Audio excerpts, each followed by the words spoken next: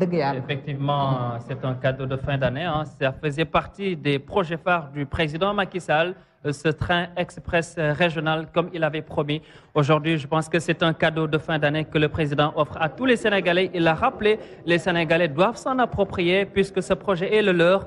Et aujourd'hui, c'est une fierté de voir un train comme ça. Le Sénégal a disposé 15 rames et chaque rame comporte 4 wagons pour dire la capacité de transport de 115 000 passagers jour. C'est énorme.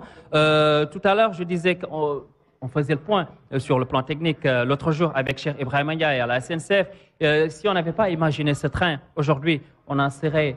Par exemple, si on voulait reporter ça en construisant des autoroutes, il fallait faire une autoroute de 2 fois 2 voies avec une file de voitures alignées sur 10 à 15 km. Ça va faire plus de 10 000 voitures. Donc aujourd'hui, ce n'était pas possible. L'option prise par le chef de l'État, c'est bien entendu le décongestionnement par le train, le ferroviaire, multimodal. Voilà aujourd'hui. Et je pense que c'est une prouesse technologique et aussi féliciter tous ceux qui ont concouru, notamment à l'achèvement de ce train express régional. Les partenaires y ont cru, le gouvernement y a cru, les élus locaux y ont cru, l'Assemblée nationale, les conseillers, tout le monde a cru à ce projet avec le chef de l'État qui a engagé tout le monde. Aujourd'hui, je pense que le résultat est là. On voit le chef de l'État qui supervise le dernier virage ici, qui va mener donc le chef de l'État et ses invités. Je pense Ibrahima a une image pour nous. À la gare, à Diarama, train train bi egsi na mën nañu wax autorail bi taxaw na mi ngi nii.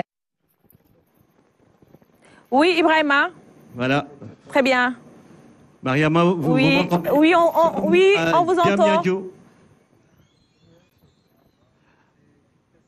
À 19h11 exactement.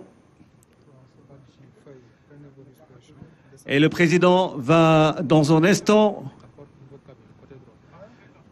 descendre du train pour aller rejoindre tout ce public qui l'attend de l'autre côté. Et qui...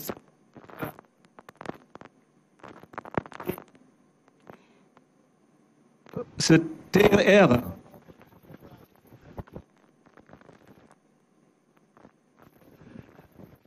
la gare mythique de Diamniadio pour boucler ce trajet entre Dakar et le nouveau pôle urbain.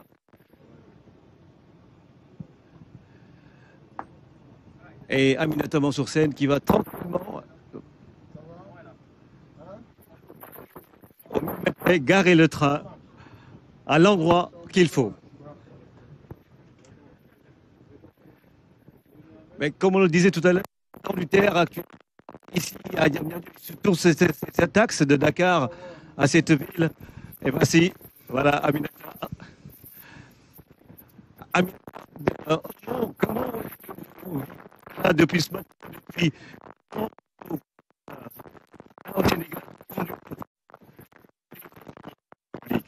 Bon, déjà, c'est une très grande fierté de pouvoir transporter son Excellence, Monsieur le Président de la République.